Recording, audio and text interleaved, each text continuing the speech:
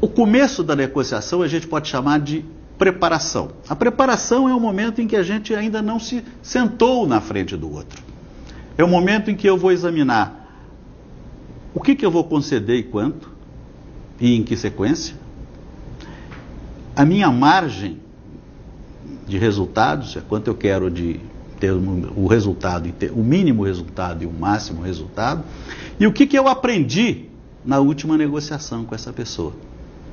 Então, feita a preparação, que é um dos pontos mais fracos do negociador brasileiro, ele acredita no jogo de cintura, então não precisa preparar, vem a fase de abertura.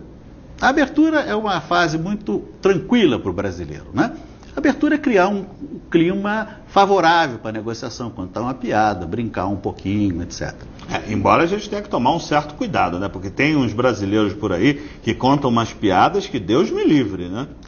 Na realidade, como você vai fazer a abertura depende um pouco também das características do outro negociador. Claro. Né? Nós temos que falar uma linguagem que não ofenda, uma linguagem que o outro negociador entenda. Isso é para a abertura e para qualquer etapa do processo de negociação.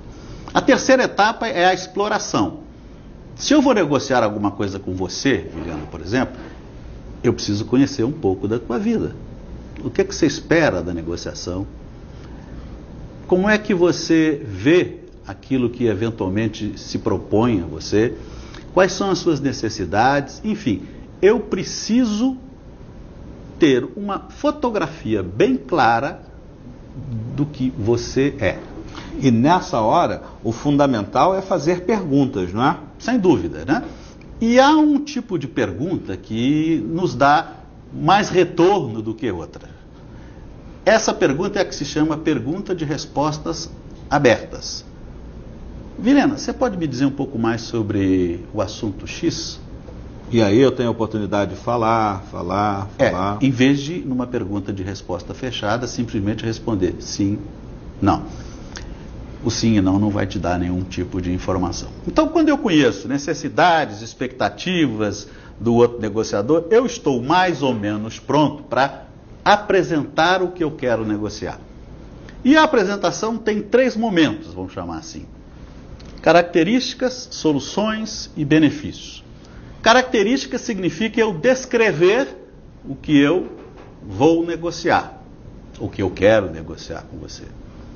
Soluções significa pegar as características do que eu quero negociar e juntar aquilo que eu descobri sobre as suas necessidades, o que é benefício para você. Isso é, todo argumento, toda descrição da característica tem que ser alguma coisa que vai impactar, que seja boa para o outro e não para mim. E o terceiro é o que é benefício para a outra parte. Sempre tendo em mente benefício para a outra parte, não para mim. Então a apresentação ela tem 3 etapas: características, soluções e benefícios. Mas mesmo depois de eu ter sido extremamente claro na apresentação de tudo, você pode ter dúvidas. Aí entra a etapa de clarificação. A clarificação é o momento de recapitular algumas coisas, é o momento de verificar se o outro lado compreendeu perfeitamente o que você propôs. E aí há 2 perguntas, né? Ou há 2 colocações que são importantes. Uma colocação pode estar exemplificada no seguinte: Vilhena, você não me perguntou nada sobre isso, mas eu queria te esclarecer que isto que eu estou negociando com você tem uma garantia XYZ, tem uma característica A, B e C, enfim, mostrando para a outra parte o meu interesse em esclarecer coisas que não foram perguntadas. Ainda na clarificação, há um outro dado que é importante. Quanto mais objeção a outra parte colocar, quanto mais objeção você colocar para mim na negociação, deve me alegrar e não me irritar. Porque quem desdenha, entre aspas, quer comprar, quer negociar.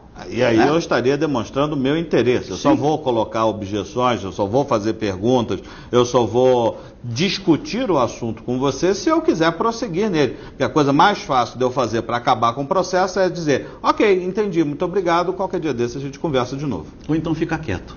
Que é pior ainda. Né? Feito isso, nós temos a ação final. O que a ação final é, no fundo, fechar a negociação. Né? Para fechar a negociação, a gente tem algumas técnicas. Eu posso chegar para você e dizer, Vilhena, você gostaria de fazer um teste com o que eu estou te propondo na área X, Y, Z? Vilhena, isso que eu estou te propondo, é possível que você, se não gostar, a gente até um mês, mais ou menos, a gente volta para trás. É o que se chama de reversibilidade do processo. Ou, expresso por aquela célebre frase, satisfação garantida ou seu dinheiro de volta. Da velha Sears. Da velha Sears, que cada dia rejuvenesce mais, né? A ação final tem ainda uma etapa posterior, que é controle e avaliação. Porque depois de eu ter fechado o negócio na ação final, eu tenho que garantir que aquilo que foi fechado vai acontecer. Isso eu faço na etapa de avaliação. Uma outra característica da etapa de avaliação é um balanço da negociação como um todo para ver o que eu errei, o que eu acertei, o que eu aprendi. Mas sobre resultados, a gente conversa daqui a pouquinho. Eu só queria recapitular para ver se eu entendi corretamente. Você colocou que existem 3 grandes momentos da negociação. Um momento de preparação, que acontece antes da negociação. Depois, um momento que acontece durante a negociação, que contempla a abertura, a exploração, a apresentação, a clarificação e a ação final. E um terceiro momento que acontece depois da negociação, que é o controle e avaliação. Mas eu te faço uma pergunta. Um negociador que siga este roteiro, que obedeça a esse processo, tem uma garantia mínima de que vai estar inspirando confiança na outra parte? Eu diria que não. Confiança é algo separado.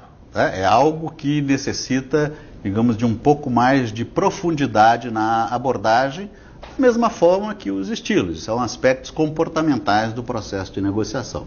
Então vamos falar um pouquinho sobre os 4 aspectos em que nós podemos abordar confiança, isso é, as 4 características que nos fazem gerar mais confiança na outra parte. O primeiro aspecto é credibilidade. Eu faço o que prometo, cumpro prazos, enfim, sou uma pessoa em que você pode confiar, porque quando eu prometo, eu cumpro. Coerência é o segundo. Coerência significa que você, Vilhena, diz o que pensa e sente. O que está na sua cabeça é igual àquilo que sai pela sua boca. Isso significa que você me dá uma certeza de relações muito grande.